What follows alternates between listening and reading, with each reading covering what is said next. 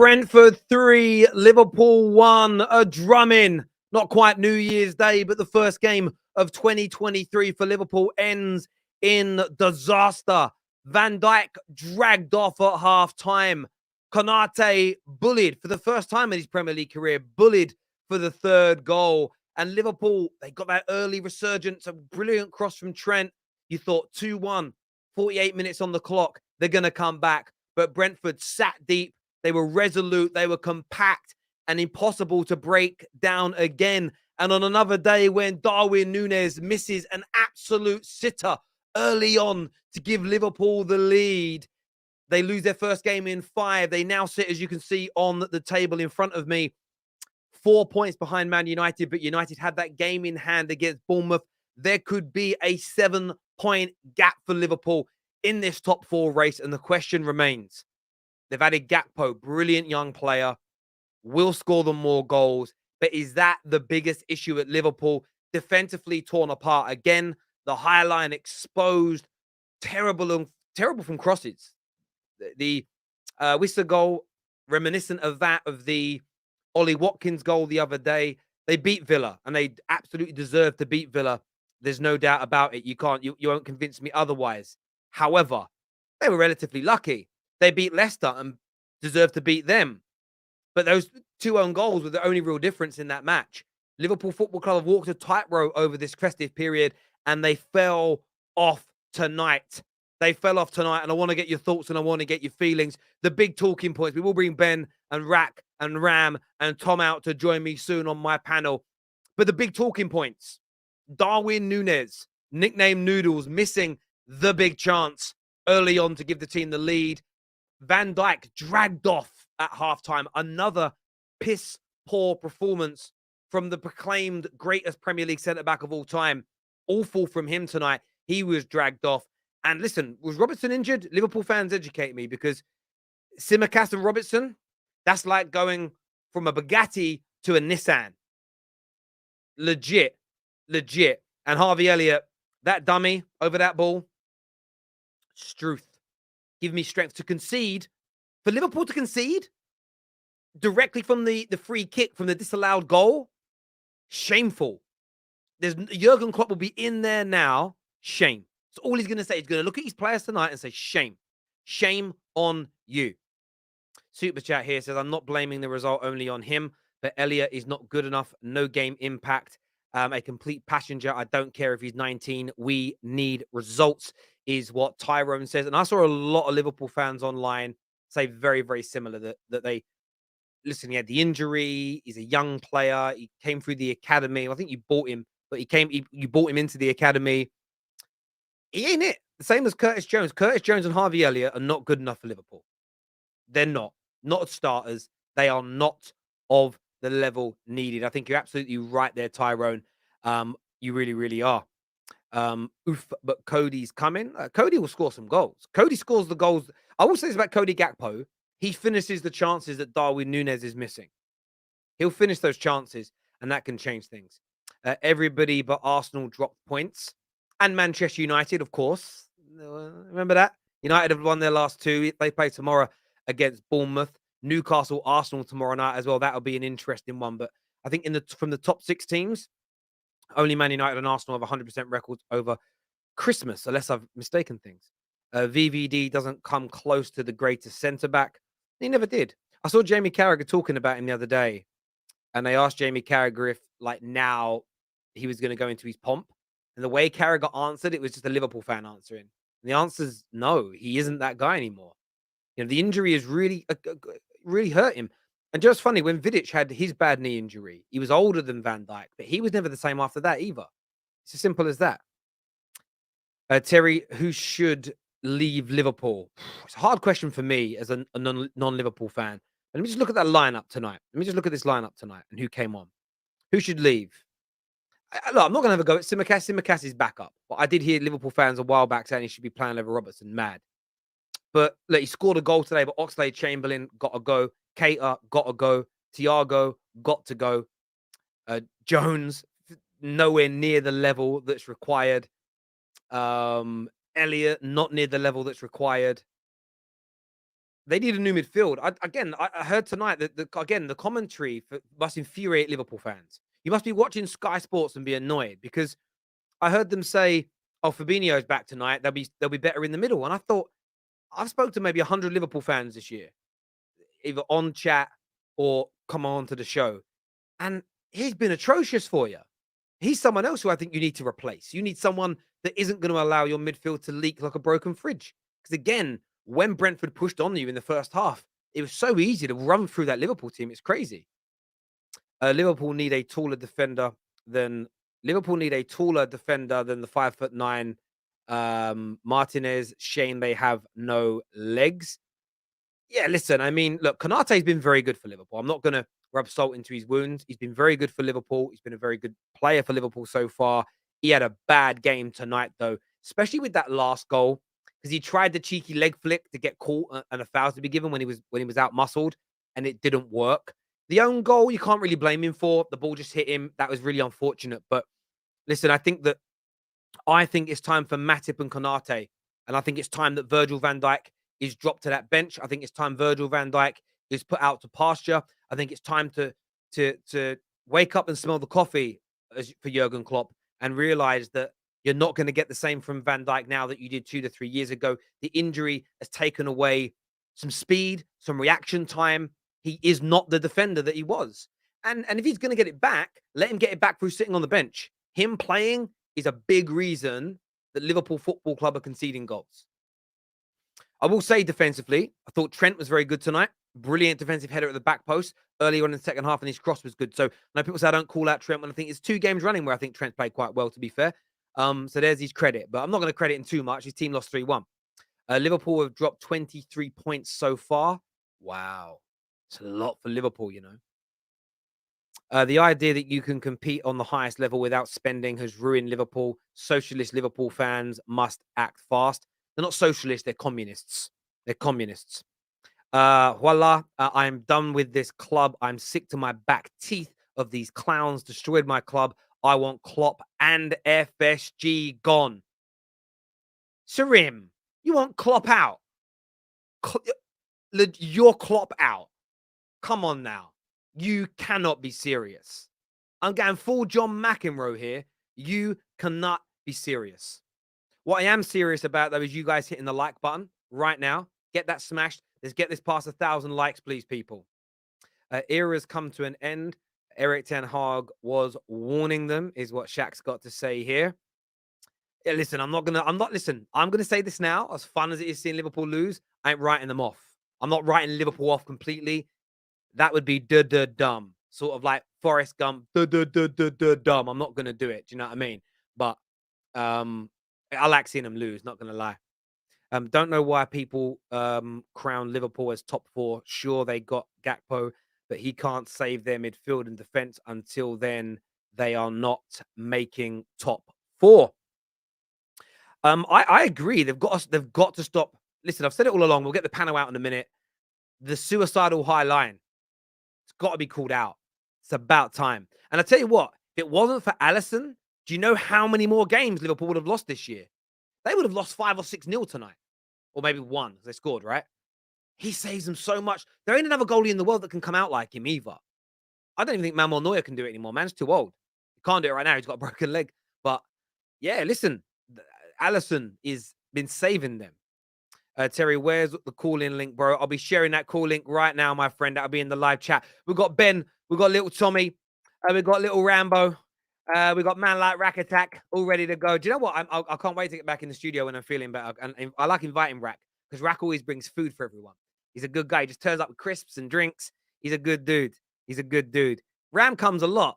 Ram orders these Just Eat without telling us and goes down and picks it up. Man's tight.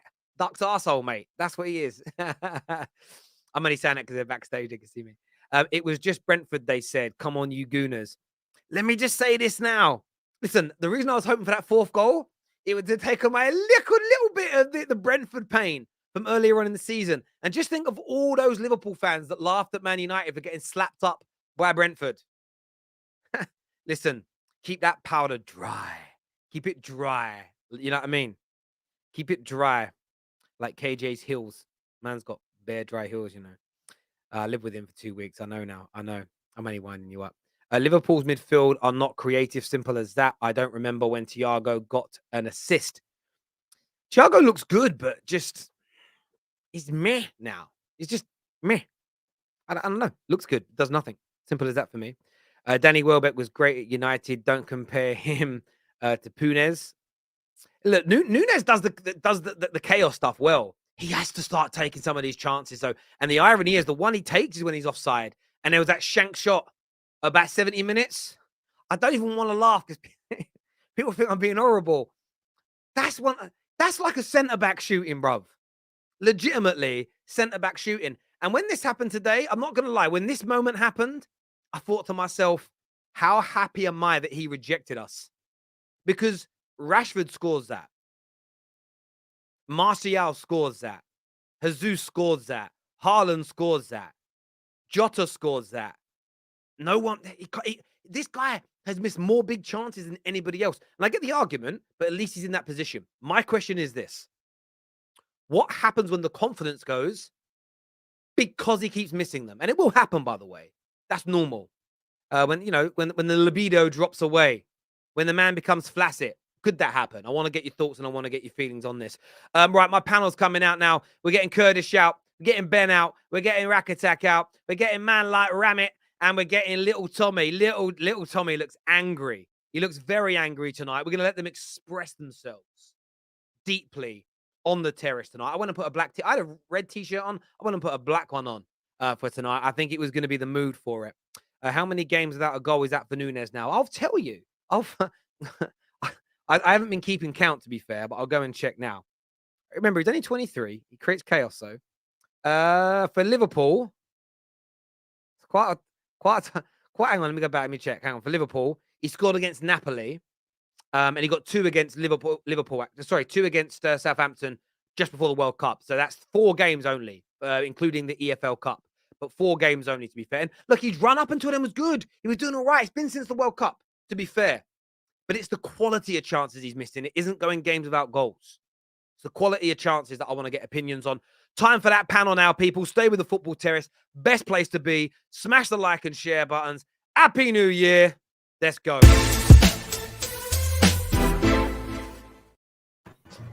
Welcome back to the show, gentlemen. Commiserations on the defeat. I don't know who's got a really noisy background. That's you, Tom. I don't know what that noise is. I just muted it. Thank you very, very much for joining us, boys. Where do we start? I'm going to go to Ben. Go on, Ram. I want to apologize to Alisson Becker and Andy Robertson for our performance. Those two can walk off with their heads held high. Everyone else, you're in the gutter. I'm sorry. That was a diabolical performance from everybody. Virgil van Dijk looks off it. He looks done. That midfield looks done. Darwin Nunez, I've been backing you for however long, but the only time you score is when you're offside. I can't excuse that because you're meant to be this really talented striker. And if you can't keep yourself off, I don't know how many times he was offside today. I think about 2 or 3 times. That's too much for me. I'm sorry, that's too much, you know? And look, I think a lot of this needs to go on Jurgen Klopp. Today, the formation, I mean, I said this at the start. Oxlade-Chamberlain looks better when he's coming from deep and running at players. Nunes and Salah look better when they're close together. Why do you have to stick with this 4-3-3? Why can't you play a 2 up top or 4-4-2 and drop that high line a little bit? Because we saw it in that first instance when Mbeumo ran at Verge. I don't know what happened to Verge. Was looking like he was running in cement boots. That's how bad it was. Like, I don't know where we can go. Gakpo ain't going to save nothing because he can't play. He can't force our players to play better, or he can't stop us from scoring goals because he's a bloody forward. Like, what is he going to do that will stop us from conceding goals? That's my question, because that's the biggest issue out of everything. We can score goals, we can create chances, but we can't defend. I don't know what we can do, because Trent, normally the guy that doesn't perform well defensively, was all right today. He was all right. It was everybody else, barring Robertson. I don't know where we can go defensively from here. I hear you, mate. What are you saying, Tom? I know obviously you're frustrated. But... Sorry. Can I just go quickly because I need to make a move. Look, I just want to say we are shit. We are really, really shit at the moment. This is why the other day when I was saying that when we need to get top four, there's no title charge coming. There's nothing like that. We are a different team, and it's unfortunately the only thing I can put it down to is motivation. But even then, it's really come out of nowhere. And Rax, yeah, you know, we spend time on Spaces together, and then you'd have heard me say, if you've watched the last 2 games, you'd know that this result's been coming. It's not a shock. It's not a shock. Yeah. We're just we're really poor at the moment, and I don't see how that's going to end. We're shit. We can't defend. We can't attack. We're just awful. We're just awful. That's what we are. We are diabolical. This man, Jurgen Klopp, I love you for what you've done. You cannot sit there right now with a straight face and tell me, oh, I'm getting annoyed at people asking for more transfers. Oh, now our midfield's fine. We've got Arthur Mello coming back up the boys. We have won 1 midfield battle this season in 26 games. 26 games, and I've left one of them going, we were good in midfield today. And it was bloody Bournemouth, who I guarantee you, if we played now, would probably beat us in the midfield battle. We are useless. Useless. It's a joke. Van Dijk, you know what they'll give the excuse? They'll give he got injured. He had to come off at half time. I wish he didn't get injured. I honestly wish he had to get subbed off because he was that bad. The arrogance to think that he's just, Brian Mbeumo, he ain't going to do nothing against me. Johan Visser. Tackle someone. Put your foot in there. You're a centre-back. Honestly, it's a joke. We were crap to start the season, and then we went on a little run. We got 3 games, 1 in a row. Whoop-de-doo, Liverpool Football Club, we've won 3 games in a row.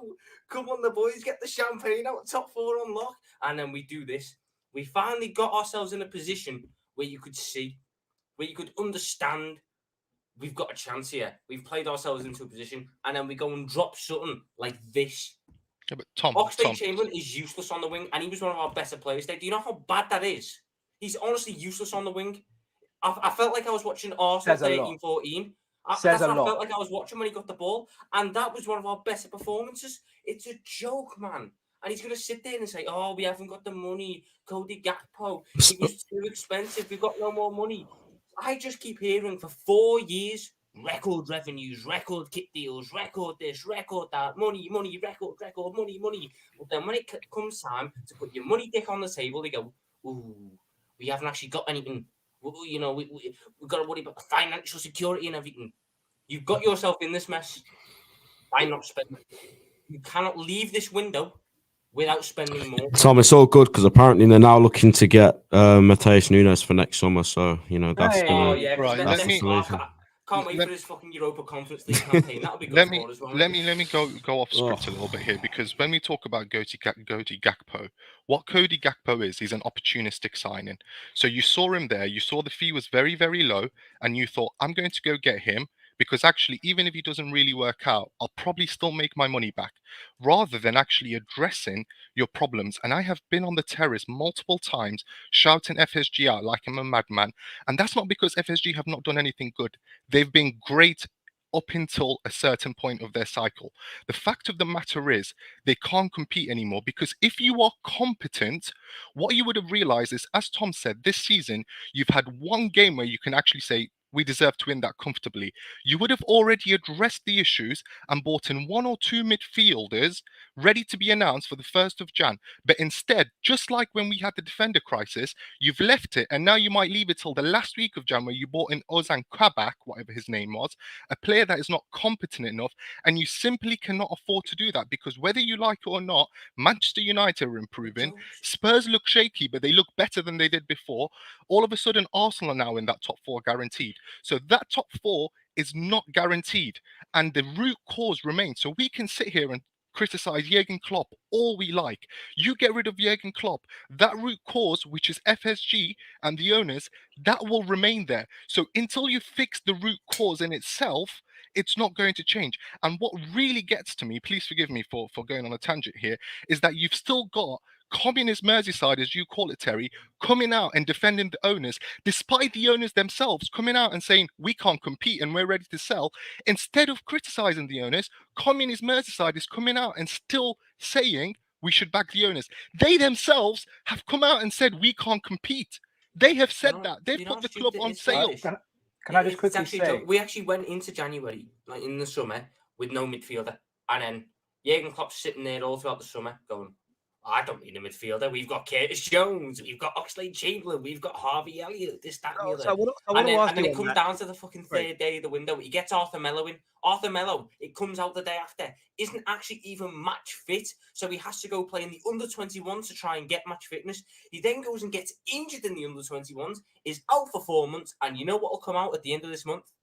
The Liverpool staff and the Liverpool coaching team were really impressed by the improvements Arthur Melo has made in training and felt that we did not need to bring in a midfielder because he offers a dynamic that you can't buy on the market. That would be great when we're in the fucking Europa League instead of the Champions League. And Jude Bellingham's going off to Madrid and we spent 4 years waiting for a midfielder that hasn't come anyway. What is the point, man? What is the point? Well, I think what's crazy about this is in the summer, Liverpool fans were telling me we're fine with not buying someone because we're going to have a great season. We need him on a quad.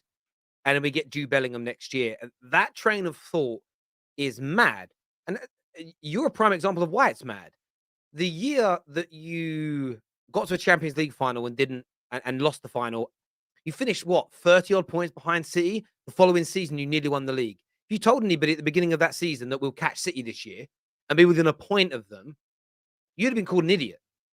So if you can catch up that much, by the same logic, you can fall off. And that's what Liverpool have done. Certain players are a year older. And I'm not even digging at Van Dijk for any other reason than this guy isn't Van Dijk at the moment. Whether it's permanent or whether it's temporary, we may disagree on that. But him starting is a goddamn problem. I saw, and look, when these guys are quick, but he was getting burnt tonight by people. I have never seen people sprint past him. Terry. I've never seen it. Like a truck. He was panicking. He was trying to find that sixth gear. He couldn't find it. Like literally, once we conceded that first goal, everyone knew Konate got a little bit shook. But we didn't expect Virgil van Dijk, the quality he is, the aura that he possesses, to lose his cool. Everybody on that pitch lost their composure. And everything went tits up from there. Kostas Tsimikas, oh my God, please. I need to see whoever came out and said Tsimikas should start ahead of Robertson, this program, this agenda that ran at the start of the season, Tsimikas is better than Robertson. I'm actually watching a 26-year-old left back. The man is 26. Let's not forget the idea he's 22. He's for the future. He's 26. And the man still doesn't know what goal side of his winger is. He runs in front of the winger to try and intercept the pass. Then when they put it over him, he's going, oh, what do I do? Brian Mbeumo's in behind me now. What do I do? He tried switching it on his right foot as well. Do you remember that one? Don't forget he had 2 chances to score. He had 2 one-on-ones and he still... They get on Robertson for not being able to shoot. What? At least Robertson scores eventually. Tsimikas still hasn't scored for the club. Yeah, I get that. I want to ask some questions about some of your players. So, Curtis Jones and Harvey Elliott, are they genuinely good enough for Liverpool? Can I take this, Terry? And I want to discuss, especially you know my feelings on Curtis Jones. Curtis Jones should be out of the club a long time ago. But if we're talking about Harvey Elliott in its own element, Harvey Elliott is a player that's very talented, whether you like that or not. But naturally, he's a number 10. What you're doing is you're putting a number 10 into a number 8 position in one of the most demanding systems for a number 8. So in terms of what we have in that midfield, you need legs better than most players out there, because actually what you're doing is you're going up and down, you're doing all the dirty work for Trent, and you're allowing Mohamed Salah to occupy the spaces up front. Harvey Elliott, whether we like him or not, just doesn't have the ability for that.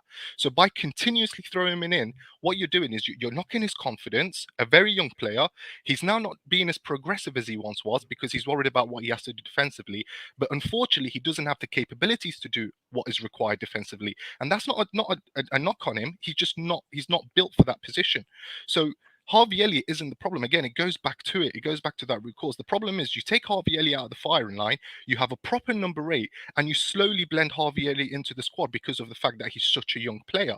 But again, it goes back to the root cause. But sorry, Terry, before I do go on, there's one player that has not been mentioned, at all. And it seems to me that he's immune for criticism, Mo Salah. immune to all. And of course, Husam will join just as I'm about to mention him. But Mohamed Salah this season, for the expectations that are on Mohamed Salah, 300k a year, the main player at the club, you have ghosted too many times, and today you ghosted again. We're all very quick, very, very quick to say Darwin Núñez costs 80 million, so he has to score every game. Yeah, Mohamed Salah is on 300 grand a week, and he's not doing what is required for a player of his expectations. The expectations have to be this high on Mohamed Salah, and the fact of the matter is he's fallen way below than the expectations. Harvey Elliott is just the antithesis of what a Liverpool centre mid is, and it's pointless. Our success was built off of these, albeit technically poor midfielders who just ran. They ran and ran and ran and ran, and there was never any praise for what they were doing on the ball. It was never, oh, look at that pass, look at the way he's dictating tempo. It's look at how much he's ran, look at how much he's covered, look at the way he does to free up other people. Harvey Elliott is the antithesis of that. It's not to say he's a bad player, but chucking him in at centre mid is the most pointless thing in the world, because not even does it impact Trent's game because he's not getting as much cover. It impacts Salah's game because Harvey Elliott, as a natural right winger, just ends up taking the positions that Salah wants to take up. So I end up having to watch Mohamed Can I just Salah, say something? like Harvey? Mark Albrighton in 15-16 for Leicester on the touchline whipping crosses. It's pointless. It's also Fabinho and Thiago because they have to do another man's workload. And we all know Thiago's best operated when he doesn't have to run a lot. He has the ball at his feet and let him do what he does. But we've made him into a proper box-to-box midfielder, expecting him to go up and down the pitch and making these stupid sliding challenges, which that sometimes he didn't need to do. It's a joke. And he doesn't even look like slide tackling. He looks like he's going to break his leg every slide tackle with the or break someone else's leg. Like it's horrific. My thing with Harvey Elliott, is I rate him. I think he's a brilliant young player. Not good enough to start for every game, and that's clear. And I was at the Leicester game the other day, and I remember saying to my brother distinctively, if two of those, or if that's a similar setup we've got away at Brentford, and I remember a super chat as we started the stream said it's only Brentford, they told us. I said after that game, if we play anything remotely similar to that, we ain't got a chance, because they're a brilliant side, especially at home. We know about that. Terry, you know about that. Everyone knows how good Brentford are at home. And, I think part of the blame is the owners for not given the tools, whatever we needed to get a new midfielder. But then this is where I do look at Klopp a little bit, because you are not telling me, and nobody with any bit of sanity in their mind can tell me that he is better than Naby Keita. And regardless what your agenda is on Naby Keita, if you rate him or not, he is a better footballer and he is a better number 8 than Harvey Elliott. That is a fact. Ben, and Ben, because, I'm sorry. Let me just. Sorry, go ahead. I lose my train of thought. Sorry, but I'm almost done anyway on this point. But then with Naby, because his contract's running out in the summer, and Klopp, he only wants players that are here for the long term and players he can rely on. Naby is now left on the bench, regardless. He's fit. He's barely been fit over the last 3 years. He's fit and he's ready to play.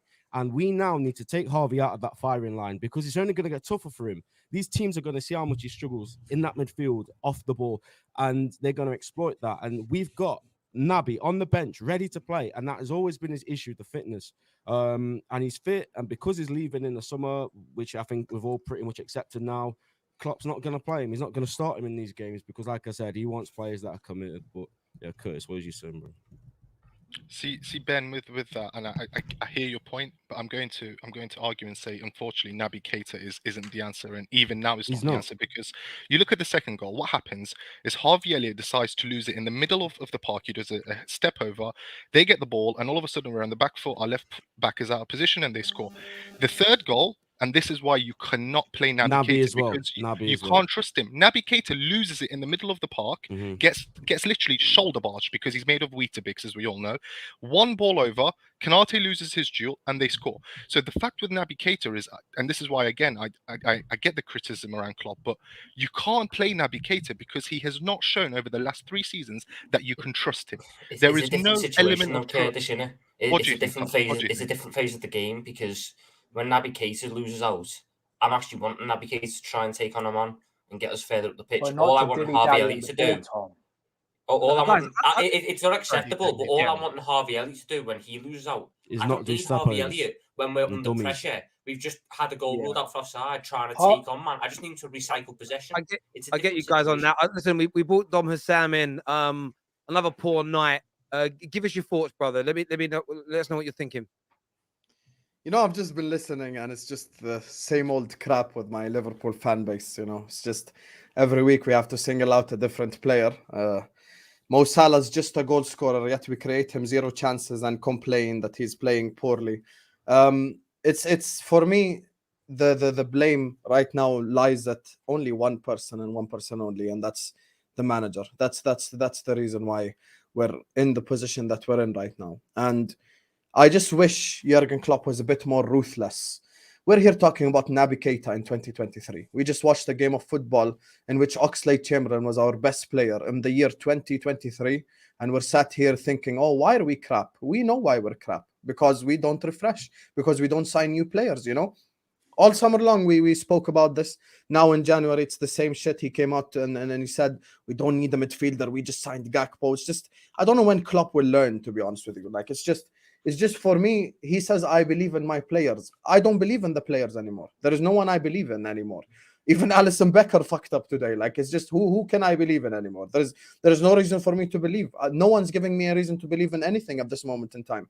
And the most fucked up thing is, last season, 3-3, the same exact thing, Brentford did the same exact thing to us again. And this is Brentford without Ivan Toney, by the way. We just made Mbeumo look like R9. This is Liverpool Football Club 2023. Mbeumo. Who the fuck's Mbeumo? Who is he? And we just made him look like R9. This is the football club we support currently.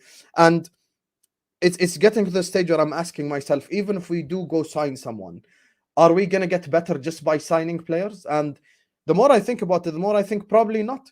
And I said at the start of the season, I fear that this fan base will become Klopp out, Klopp in, and it's already happening.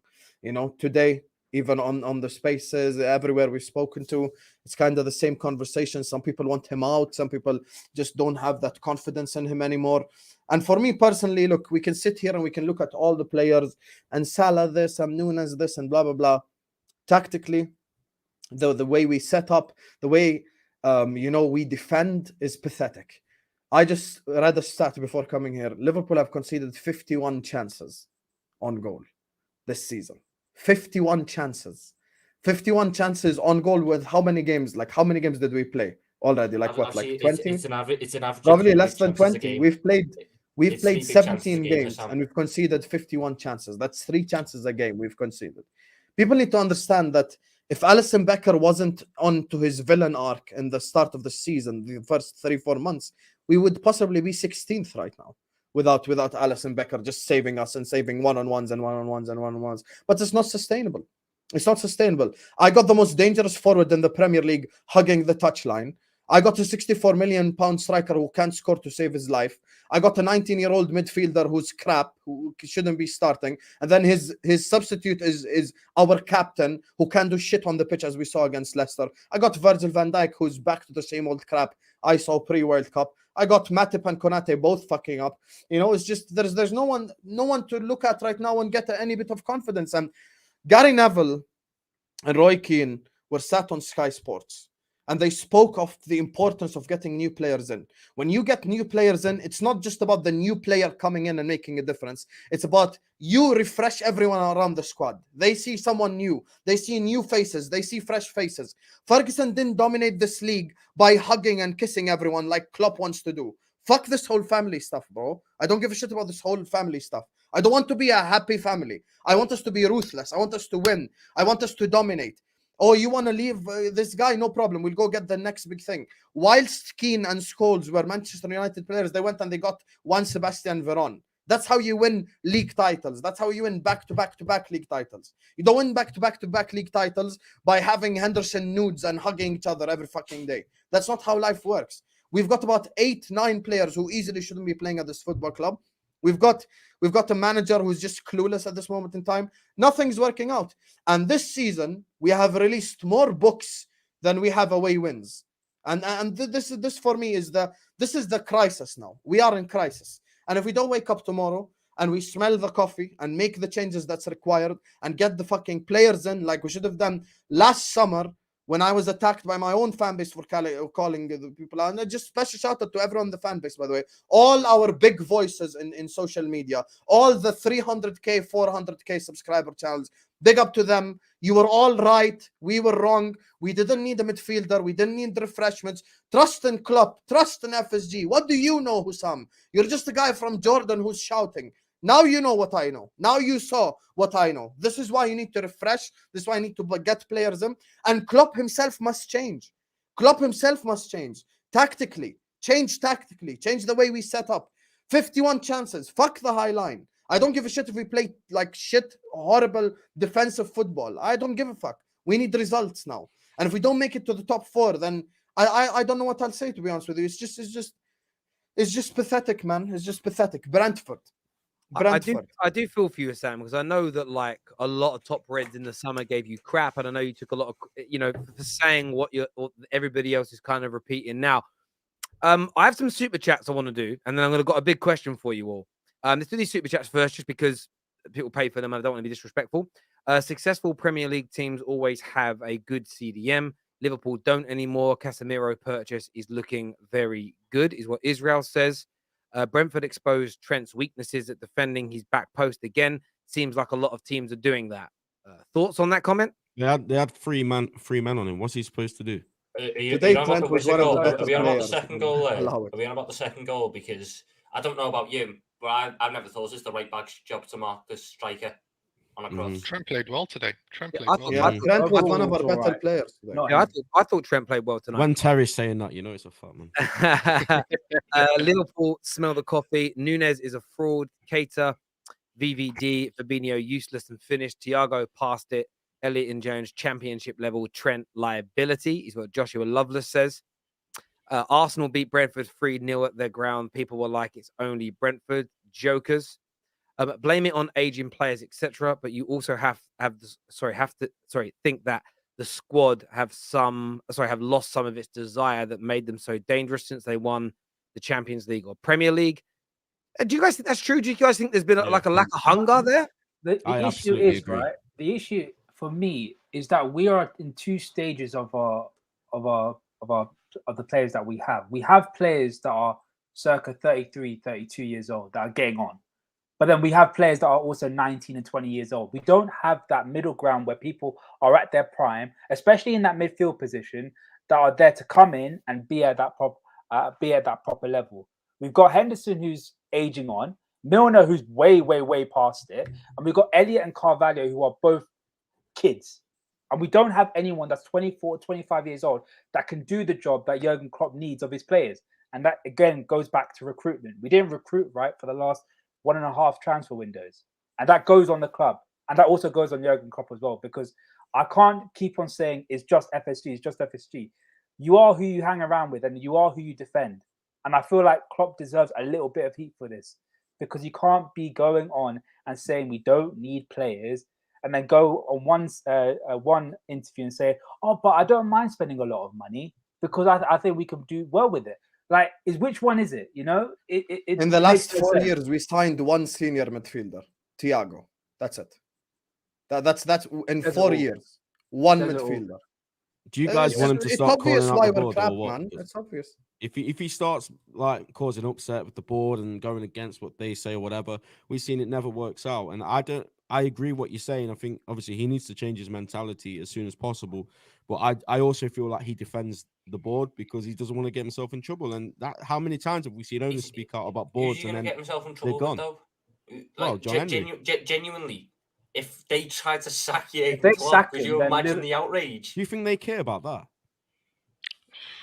While they've still got a vested interest in this club, while they still cannot sell this football club because of whatever reason, while they're still in their hands, it is beneficial for them to have Jurgen Klopp in charge, because he's the only man who will actually sit there and put up with this, because it's how he's been.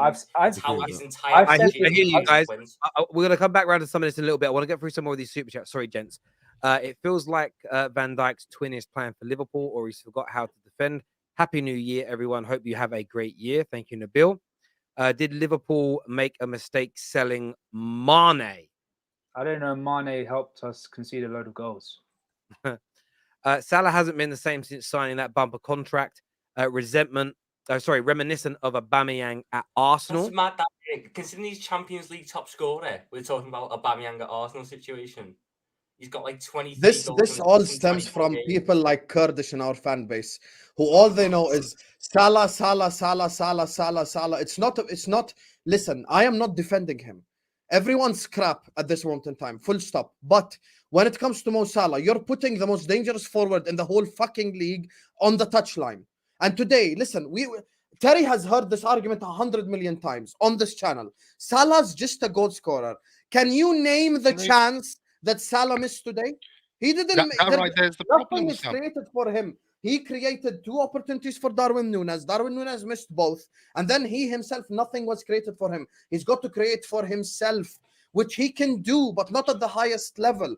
When we had a functioning midfield, Robertson could create him. Firmino could create him. Mane could create him. We had functioning team. So he would be able to function in that team.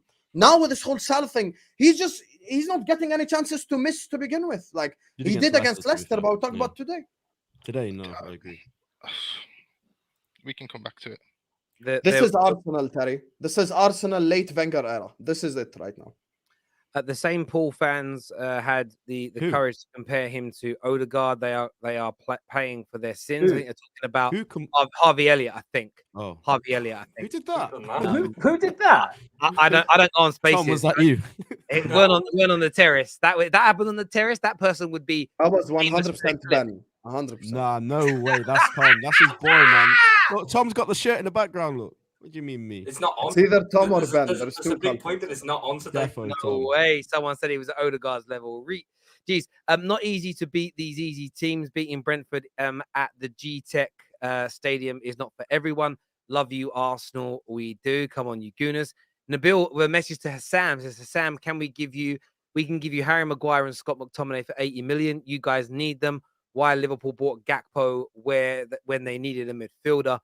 I mean, we need a forward as well because we had Ox on the left wing today. And all these Arsenal fans, what are you celebrating exactly? Like you're just coming. First of all, your main character energy smells. It stinks. No one gives a fuck about Arsenal. You're here telling me about Arsenal on a Liverpool match reaction. Are you that lifeless? You're top of the league. Why are you worried about the team in 6th? Like just go and talk to City fans. Leave us alone, man. I mean, just on that comment, an elite club gets both. That's what I want to say. People should just go fight Brentford. I get you on that. Before we move on, I've got a question. Kurdish, why are you being called out for the Mo Salah stuff? Like, what is this? Because I've missed it. Honestly, Terry, it's the first time I've criticized Mo Salah, so I'm not sure why. But the fact of the matter is, and this is where we talk about our fan base, and I get on with the Sam really well, out of the terrace, but Husam is very quick to come on Darwin Núñez slander, and the fact of the matter is he's right, because at 80 million, I expect my striker to be finishing goals.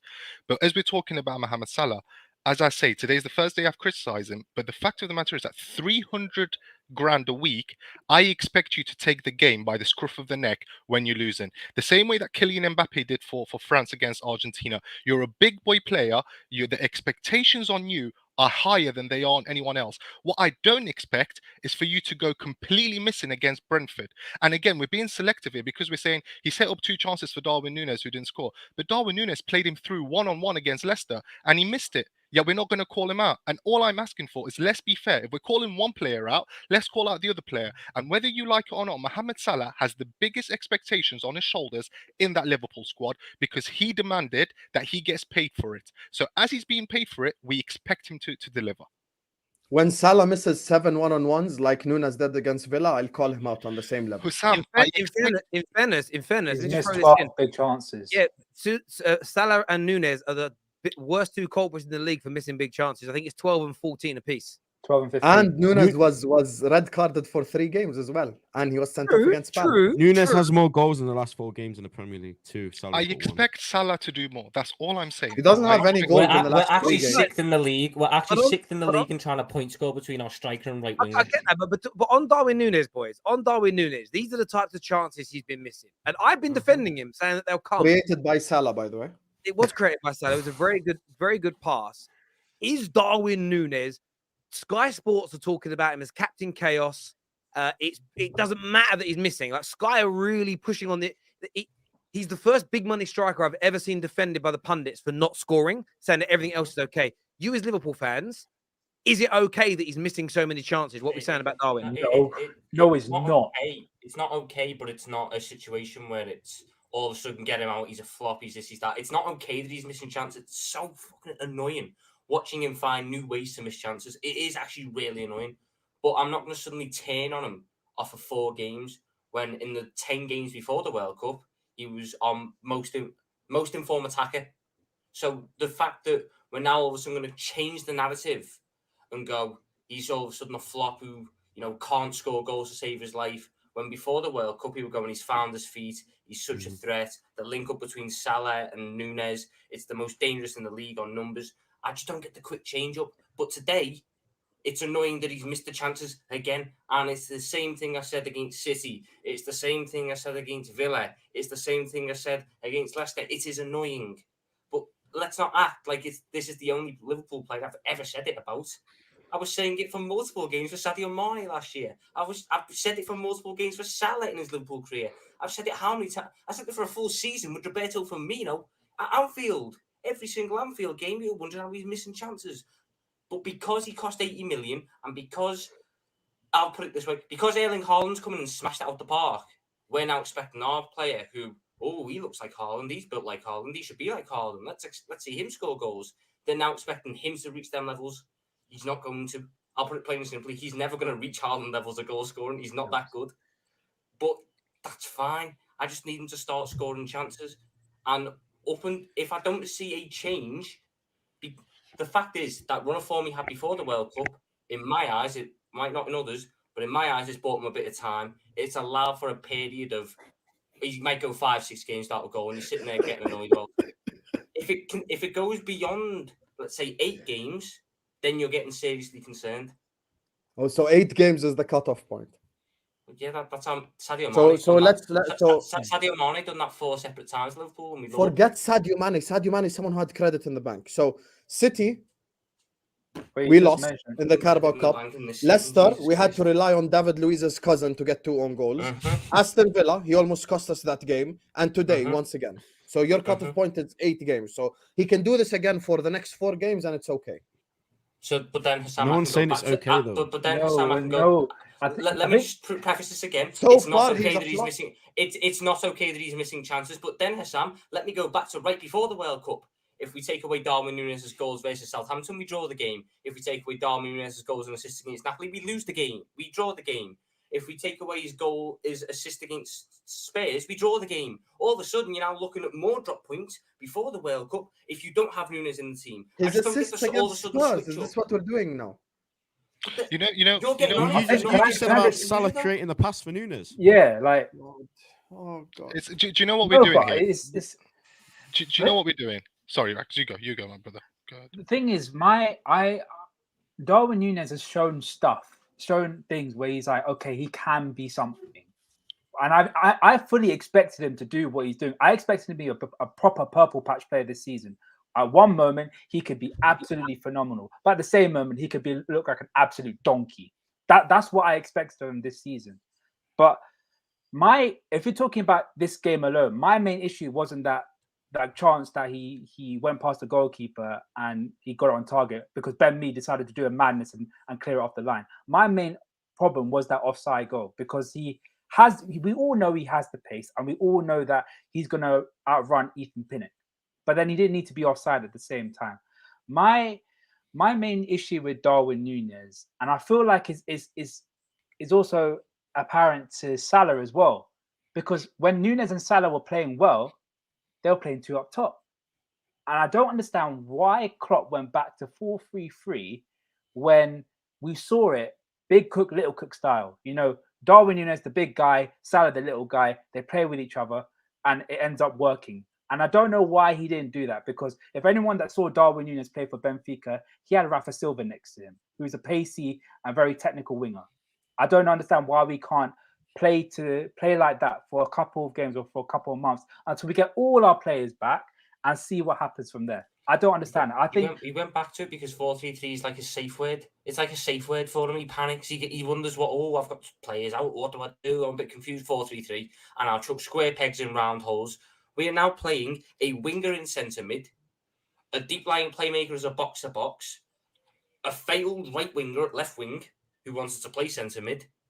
Like, it's pointless. It's honestly stupid what we're doing at times. And the biggest point for me, and we'll go back to the midfield, is just so broken. It is so broken at the minute. I can sit there and take a midfielder from about 18 of the 20 Premier League teams and go, they can come in and do a job. We're trying to play a Klopp style of football without Klopp players. We went too technical, too quick in the midfield. We've now got players who much prefer to put the foot on the ball and try and dictate tempo and control the pace of the game goes that way instead of the legs and the running around. And our team as a whole just hasn't adapted to that. We've tried to do too much too quickly, and that's the part where I'm trying to figure out why. Why have we all of a sudden tried to make Trent Cancelo 2.0 at right back? Why are we trying to make Mo Salah Mark Albrighton in the 15-16 title winning season at Leicester where he was on the touchline whipping in balls? Why are we trying to make Thiago Alcantara this three-thirds player where he's doing everything in the final third and everything in our defensive third? Why are we trying to make Harvey Elliott a 19-year-old winger, the next Bernardo Silva? Why? Do you know what? Really good questions there, guys. And I think that's listen. We've had this talk a lot. Maybe it's because I'm older. Why, when everybody was talking about greatest Premier team of all time, managers on par with all these other people, certain players are on par with other greats who did it for a decade. It's like, let's wait until your team transitions into a different system. Let's wait and see what happens the first time you've got to recycle the team, because the great teams respond to that better. And that's not a dig. It's just the reality. And you lot know it's the reality because your club did it through the 70s and 80s. Perfectly. Managers changed, systems changed, players changed, and you maintained your competitiveness and your dominance. And that's why that Liverpool team in the 70s and 80s, they were greater than the one you've got now. That's not a dig. Very good team you've got now. But how you transition through change is massive. We're going to speak to Terry Tibbs in a minute. I want to do the rest of these super chats. This is from Miguel. He says, apparently Liverpool can't afford Jude Bellingham, whilst Chelsea are getting Enzo Fernandez, possible right back and more attackers. Listen, I've been talking about this on the financial level for years. All clubs with billionaire owners can afford to spend like City and Chelsea and Man United. It's whether you choose to or not. It's as simple and straightforward as that. Liverpool choose not to. It's on them. Husam before the start of the season, 12 points against Man United and Arsenal. Now they can't win against Brentford. Lol. That's true. He's gone now, Husam, but there we go. Klopp needs to speak out. He's protecting the owners. But I agree with you, Ben. He isn't going to do that. For so many reasons, he's not going to go out and do that. I think we saw it with Conte and Mourinho when they had their little falling outs with Abramovich. So I get that. I get that point. Yeah, they're just not going to do it. Paul fans, join us. We are crap. Top four is Arsenal, City, Newcastle and United. I've woke up and smelt the coffee. Terry, Nunes better than Timo. Thoughts? Yes, he is. Chelsea. But he is, and it's not a debate. But yeah, I would say he's been better than Timo so far, personally. The tears of Husam. Liverpool's downfall is loved by Arsenal fans because of your arrogant attitude for getting shredded now. You deserve every bit of it, is what TCC says. Husam is rattled. I love it. Can't take the banter after dishing it out for years. Long may it continue. I'm sorry, Husam. It's triggered a lot of people. I'm sorry, Husam. Your priority signings should be a striker. When your team looks like a donut, you won't be able to create chances for those strikers. Issue is Klopp and tactics, big time for me, are broken. I think we just kind of alluded to that. It just isn't working what he's trying to do. And these Liverpool tears are delicious, is what David has to say. Terry Tibbs is here. What are you saying, Tibbs? You all right, mate? Yeah, all the best, lads. Happy New Year and that. Well, Brentford were absolutely brilliant tactically. Did what they said they wanted to do, and just played us off the park, basically. The only players that I trust in that team at the minute are Alisson and Robinson. They're the only two. If anyone thinks Trent Alexander-Arnold's better at going forward than Robinson, they're a clown. Alexander-Arnold goes up by half the pitch and tries to put a ball in. 99.9% of the time, it's decent. But when it goes wrong, he's terrible. Absolutely terrible. And he's like a deer in headlights. Robinson, for me, is the best fullback going forward out of him and Trent. 100%. The other thing that I wanted to bring up was this Nunes debate, because it's really starting to get on me nerves now. Are we really sitting here after 4 months slating someone? You know, you don't see the United fans banging on about Anthony. Only scored 3 goals this season. He cost 85 mil. Do you know what I mean? No one else is banging on about Anthony or anything like that. Give the kid time. He's got intelligence. He's got pace. All right, he's hot-headed sometimes. But you know who he reminds me of? Suarez. When we bought Suarez in 2011, in January, he came in, he scored 13 goals that season. He couldn't score in a brothel with 50 quid hanging out of his arse pocket. Do you know what I mean? And Didier Drogba, one of the greatest Premier League strikers ever. Go look at his first season. Go and look at Thierry Henry's first season. I'm not judging Nunes until next season, because it's only fair to the kid, because that's all he is, a kid. And let's not forget as well, these formations that we're playing with, the players that we've got, with Elliott and that, I agree with Ram, we should have done a 4-4-2. These formations don't suit these players, because this is why we're getting found out. I said to you, Terry, about a year and a half ago about Wijnaldum going and how versatile our midfield was when Wijnaldum was there and Fabinho was playing decent. Sorry. Just to add on your point on Wijnaldum, not only is he available, and it's so apparent right now, our midfield looks so weak. It looks weak. We've got no midfield, lad. We've got no midfield whatsoever. Everyone's just plowing through us left, right, and centre. Lad, I reckon our kids in the academy plough through the first team. We've got better midfielders in the academy than what we have starting for us. By Chetic, for example. Yeah, by Chetic. The thing that's doing me head in, and I really can't just get my head around it. I don't know why the owners just don't leave. I don't know why they just don't go. Just accept a bid. I don't even care who it is. Just accept a bid and go. So we can afford these players like Jude Bellingham and that, because it's evident we can't compete with City. We can't compete with Chelsea. We can't compete with United in terms of spending power. Because you know what United, City and Chelsea are going to do? They're just going to go and spend another fucking 1.5 billion. Look at Chelsea this Jan. They're going to fight They're in 8th, they're in 9th, and they're about to spend 200 million in Jan. We're getting told we can't afford more than 40 million pounds. This is one thing that will arouse me up as well. A club of Liverpool's stature, right? I expect us to go to the likes of Dortmund and be like, we want Bellingham. How much do you want him? We'll pay the money. I want us to go to places like Milan and say, you see your boy Sandro Tonali? We'll buy him off you. We'll give you about 80, 90 million pounds for him.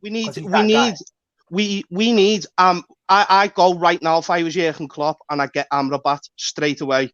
I'd get Amrabat and I'd get rid of Fabinho. I'm telling you now, I'd go and get Amrabat, because we need a midfielder that's versatile and that is box to box. We don't need these midfielders that are coming in. Like, look at Fabinho today. Like, he's standing on the ball, yeah, all right, he does an half-decent turn every now and again, but 9 times out of 10, he's getting caught out in possession, which then leaves us stretched. And then you've got Van Dijk, who's lost all his pace, against pacey strikers, and they're just getting in behind and nailing us. I think Ram was on about just then Bellingham and Tonali, which is obviously we want a big one. Like, of course, we need someone that's going to make our midfield a lot better. We're not going to get them, no. We're not going to get them. I'm not sure if everyone agrees on Amrabat, but I think your point's fair. Like, somebody like a Caicedo for 60 million. Are you seriously telling me? Yeah, Caicedo, yeah. That's the other one. Caicedo from Brighton. Yeah, he's bought. We don't even need that, though. Look at the bloody Brentford midfielders today. Jensen, Janels. You know, they all in the Championship as well, right? So they all came up to the Premier League, had a season, and now they're out doing our midfield. I don't know what it is. I don't know why we've sat here. James Milner is 30. The only reason we continue to play James Milner is so that we can put a Twitter post out when he breaks the Premier League record, so that he's wearing a Liverpool shirt when he does it. That's the only reason. He's not good enough. Curtis Jones, not good enough. Henderson, look at our bench, man. Look at our bench today. It's a joke. We had no attackers. We had no attackers on the bench. They took Ben Doak off the bench for Curtis Jones. So Matt Phillips is on the bench for what? Why is Matt Phillips on the bench? I don't get it. But it's, you look at the substitutes today, and the commentator said it, and he was like, "Well, Liverpool can't really bring anyone on to affect the game." And he was right. And there was people going on about Gakpo, saying we don't need Gakpo. We need 3 Gakpos. We need 3 of them, because we've got no up top. Salah's not really doing much. He's trying to create and he's trying to do what he can, but he's getting crowded out. Nunes at the minute. By the way, Terry, that screenshot that you did of when he missed, let's just say Ben Mee to get back there and block that goal was phenomenal. So it wasn't really he's missed an open goal. That was a phenomenal block from Ben Yeah. Mee. Do you know what I mean? Yeah. Jed, let's go. Jed did it. Yeah, that was a phenomenal block from Ben Mee. Just You gotta hate can't. the game, man. Just gotta hate That the was game. incredible for Ben Mee, man. It really was. And then he's offside. And then that goal that he finished when he was offside, come on, you can't tell me that wasn't a quality goal. All right, yeah, it was offside, but he finished it brilliantly. Yeah, It's just, I'm so frustrated with Liverpool. I was supposed to be going to Brentford tonight with the boys. And I said, do you know what? My daughter's not well. She's not. She's fine. I just couldn't be arsed going. And I'm glad that I didn't. Let me throw something out there. Let me throw something out there, and you guys may have noticed I'm not as angry as a lot of you guys are. And actually, the reason for that is my expectations, I think, might be different to you boys. So again, we look at FSG, and I know I keep banging the drums, but as owners, whatever philosophy they set out, that will trickle through the club. And actually, that philosophy is not set for sustained success. It's not set for sustained success. What it is there for is cycles of success followed by a few cycles of rebuilding to then go again. And then as long as you're continuously getting top four, they're happy because they know that that cycle will come where they're challenging again. And whether we like it or not, it might just be the fact that this season is part of their cycle where they've realized we're not going to do what we need to do. And you guys need to realize getting top four is enough. And maybe slowly these players will grow next year because that is it. The 100%. standard is set from the top. It trickles down. And my expectations align with FSG's. And I think some of our fans need to realize your expectations need to align with the owners because it's the owners who make decision. We love to shout and say it's our club. It's not our club. It's Fenway Sports Club. Whether you like that or not, that's who owns it. So whatever expectations they have, we have to align with that. And to them, they don't want sustained success. They want a few years of success followed by another cycle where they're not investing heavy and slowly to work back up. So I'm just here going, that's where we're at. That's exactly what their company model is. Their company model. FSG is a type of company, right, that will go into a failing business and they will rejuvenate that business. They'll get it to a certain level. And then once they've got that to that certain level, they'll move on from it. The problem is FSG is not an ownership that's in there for the longevity of things. We need owners with deep pockets who are there for the longevity, not just to put a mask on the club. Yeah, and hopefully, listen, from your point of view, hopefully you're going to get that when the club's sold, and it takes a little bit of time, but we'll see what happens with that. We have a few more super chats that have come through. First one says, sorry, already done that one. The two here say, Ram, I'm sorry, Tonelli isn't leaving Milan. Italians usually don't leave. And he's just renewed his contract. You're going to have to pay 150 million or more. I think Ram was talking more generalistically and used Tonelli as an example, but yeah. I hear your point. This is to Husam, even though he's gone. Husam, there are Football Terrace videos of you talking ish after Liverpool losses and talking ish if Arsenal panels. But now you want to cry more in open play. Listen, the Football Terrace always brings you them receipts. They always do. Listen, I want to thank everybody that has tuned into the show this evening, all the super chatters. Thank you, my panel. You've been amazing. Callers as well. Make sure the like button is smashed before you leave. Let's get this past 1,000 while we're live. We're back tomorrow. Top 6 show. Transfer news in the morning. And then, of course, reacting to Arsenal and Man United's games tomorrow evening. So we'll be live. Oh, my God. The cough's terrible. And it just goes there right at the end. So we're live again. You're going to have to get Husam. You're going to have to get Husam on that payroll, lad. He's got you some pennies there with them super chats. Get him back on. Get him back on. There we go. Listen, everyone who's tuned in, a big thank you to all of you. Take care. Goodbye. God bless. And we'll see you all again very, very soon. Thank you.